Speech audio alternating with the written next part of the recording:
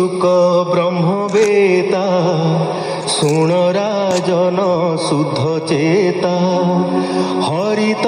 रोहितर सुत चंपताहार तहु जात ग्राम बसाई निज नामे रहिला चंपावती ग्रामे सुदेवतार सुत होए विजय ताहार तनये ब्रुक जे ताहार संतति स्वभावे अति शुद्धमती बाहुक ताहार नंदन ता कथा शुण हे राजन शत्रु पीड़ित वृद्ध पणे भये पशिला घोर बने पत्नी सहिते पलाइला उर्वंक आश्रमे मिलिला नमिला मुनिक चरणे वृद्ध शरीरे घोर बने सभये छाड़िला जीवन मुनि होइले दुख मन तार कामिनी शोक मने पशिबा बेले भूतासने मुनि जानिले तार भाव उदरे 5 मास गर्भ बोइले अनले नपस होइब ए राजार वंश मुनि वचने से अबला अनल कुंडे न पशिला शुण राजन मन देई ता गर्भ कथा तोते कही से गर्भ संचरण काले सपत्नी 5-7 मेले गरल दिले अन्न संगे विष न लागे तार अंगे गर्भ रखिले जगन्नाथ एबे हो शुण परीक्षित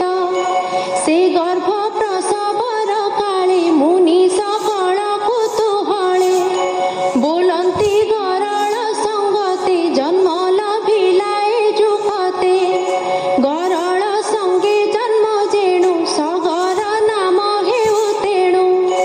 हेमन्ते मुनिक संगते सगर राजा दिन केते दिनकु दिन अति तेजा होइला चक्रवर्ती राजा तार तनु जे बाहु बळे सागर कले मही तळे पिता शत्रुकु युद्धे जिणी स्वगृहे बंदी कले आणी से पुणी संची नाना विधि कल्पिला सते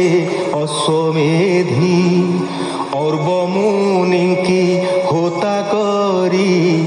यज्ञे पूजिला नरहरि उत्तम अश्व पशु कला से अश्व इंद्र चोराइला 60 सहस्र कुमार तांकु डराई सुनासिर कल्पई मरिबे जे मन्ते ए मन्त भाळी से गोपते कपिल मुनि पाद तळे अश्व बांधिला रात्र काळे अश्व न देखि यज्ञ द्वारे खोजन्ति ब्रह्मांड भितरे सुमति गर्भे जेते सुत बଳରେ अटन्ति दर्पिष्ट से पुणी पिताଙ୍କ आदेशे अश्व खोजन्ति 10 दिशे खोलन्ति मही नव खण्ड भक्षन्ति विस्तारिण तुण्ड उत्तर दिगे खोली गले कपिल आश्रमे मिलिले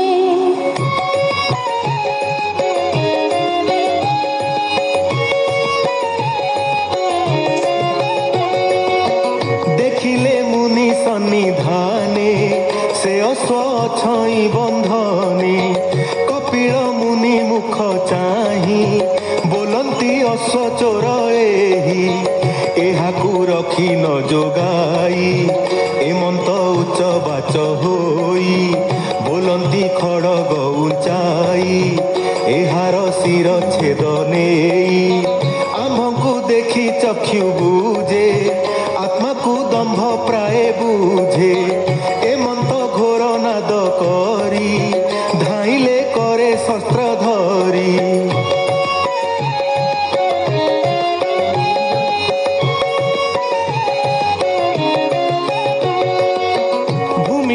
पिला तांक पादे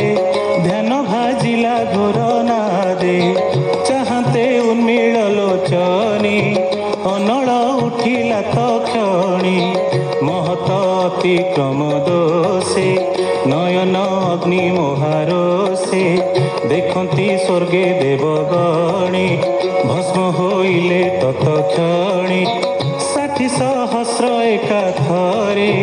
मरिले सगर कुमरे केसिनी गर्भे एक सूत असमंजस नामे ख्यात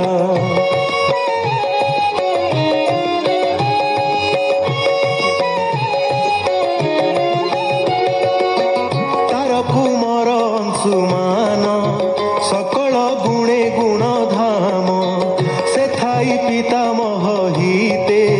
मन वचन काये नीते असमंजस जार नाम करे निंदित आचरण से पूर्व जन्मे जोगी थिला संग दोषरु भ्रष्ट हेला एणु निंदित कर्म करे ज्ञातिक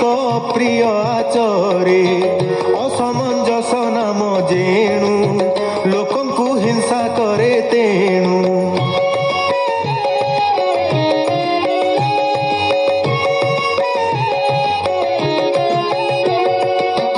जोग बलरु जाति स्मर ए जन्मे अछ इता